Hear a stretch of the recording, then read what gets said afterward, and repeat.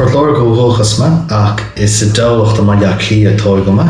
agus strasam ar an leid go láú an sin Scoil Santam go dtí ran ceart agus an nuas ar sin is omí cúrsa sóirí a chum me I Gaelchultúir ar an fearste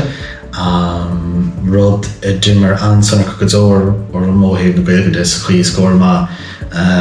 spreige agus muoín Labhraíonn leis an nGaeilge rud a hála na rinne me bhuncéim rinne me buncéim sa stair agus a Gaeilge in Ollscoil bháin nuad agus ní sin an me máisteach sa nGaeilge a ríist in Ollscoil bháin nuad. So tá gach cúrsa ó bhunranganna go cruinnis a múinteoir ag go buinte seo. Faoi láthair tá bhunranganna dó agus meanranganna dó agus tá mabaint ansalt as camará. Gan áras an rud is fearr sa faoin na cúrsaí ná na daoine chasart an ríre mar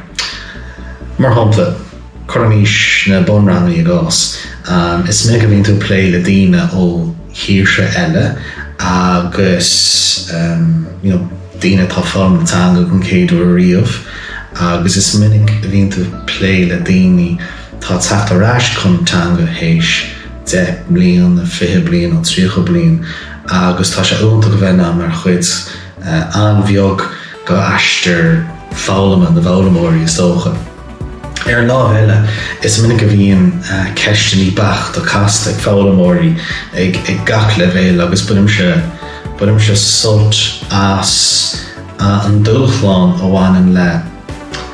pointí gramadaí agus rudaí a bhíonú ar an malach is soléir is sohiice agus is féidir náir leiad íoracht a dhéanamh. A cheann go rudí is má thaitníonn lumsa faoin teanga ná an chré hóisiúta is omí cards is a dé dul go thar na blianta marall ar an nGaeilge agus maithíonn tú mar chuid go phobal marall ar teanga ar bhealach éag an fiúnar an tá tú bhád a géin. Agus is an Labhraíonn scéad a bhíine go má. Rud eile ná má tá spéisio go scéirte tá severas agus pléisiúr as cuimse le fáil litreacht na Gaeilge idir nó agus cheann agus is dócha an rud déir nach i dtéarchas me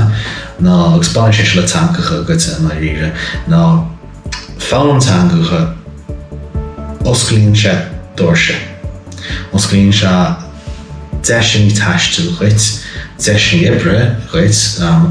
agus rudí pársanta nach iad. An frás a Gaeilge is fearr lomsa. Well, dar ná bhí sé an dachar ceann aránú ach an nathe tá rána ógamsa ná beran búan bua.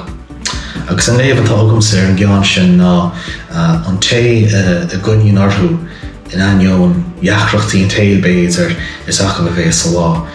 rud atá an éiliúnach go dteo mata le fáil an teangacha.